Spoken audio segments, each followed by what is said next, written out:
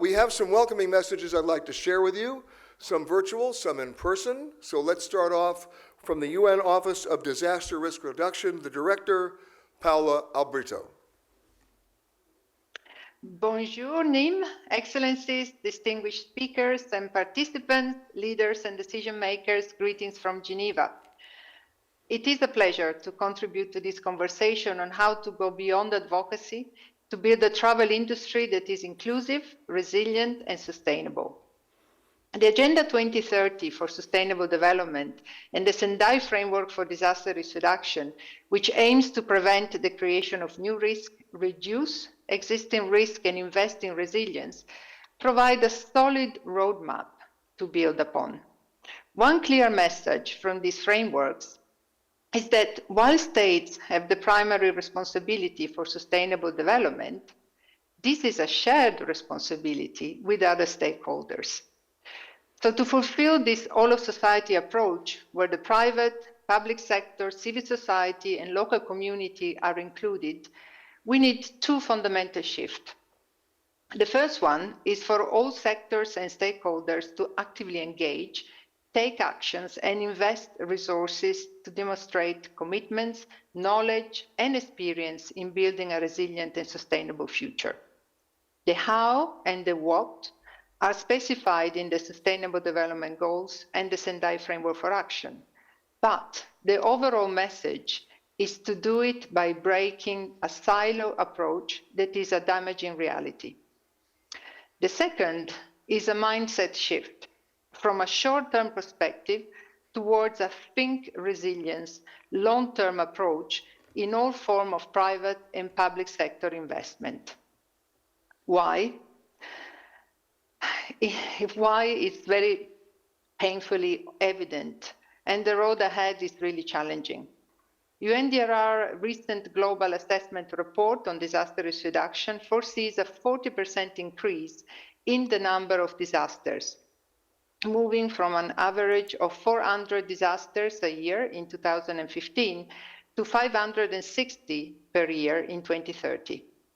These disasters are expected to be increasingly larger and more expensive. If we allow them to happen, there will be more humanitarian needs, more displacement, more destruction.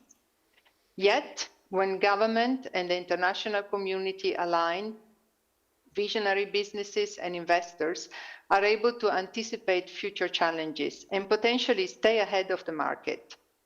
It does pay back, this approach. The travel and tourism sector play an important role at the economic, social, environmental, and cultural levels. Your role in a country's sustainable and resilient development is therefore critical.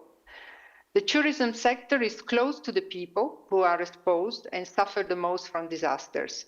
You also have a built understanding of the factors that influence individual behavior and decision-making in situations of high uncertainty, such as in the context of natural hazards. This is a truly fertile ground for designing and implementing sustainable long-term tourism strategies that are inclusive. Your voice, experiences, and engagement are of great value for the policymakers.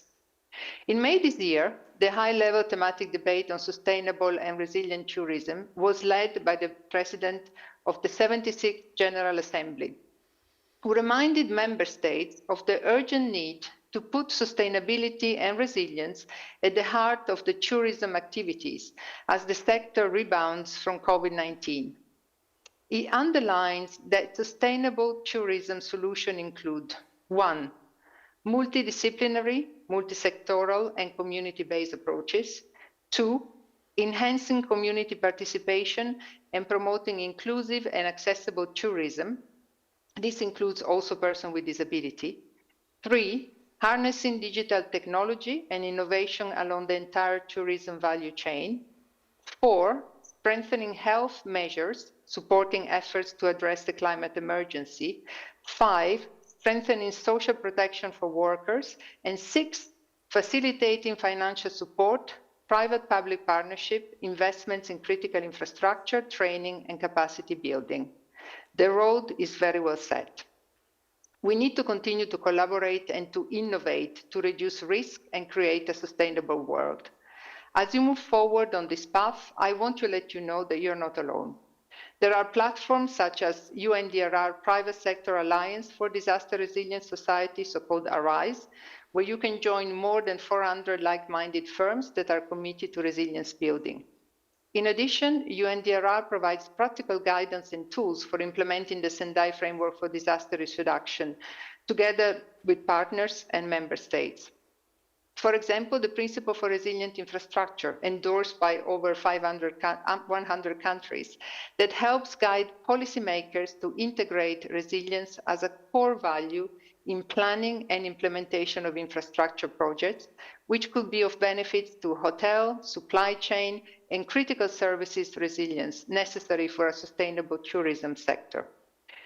Please do count on the support of UNDRR as we recognize the importance of travel and tourism sector for enhancing the sustainable development and community and nation. So thank you ahead for your engagement. Thank you very much. Thank you for joining us.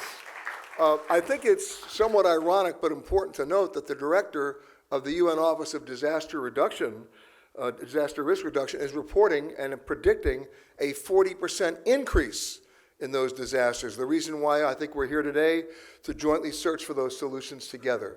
So thank you very much for joining us. Pleasure to be with you.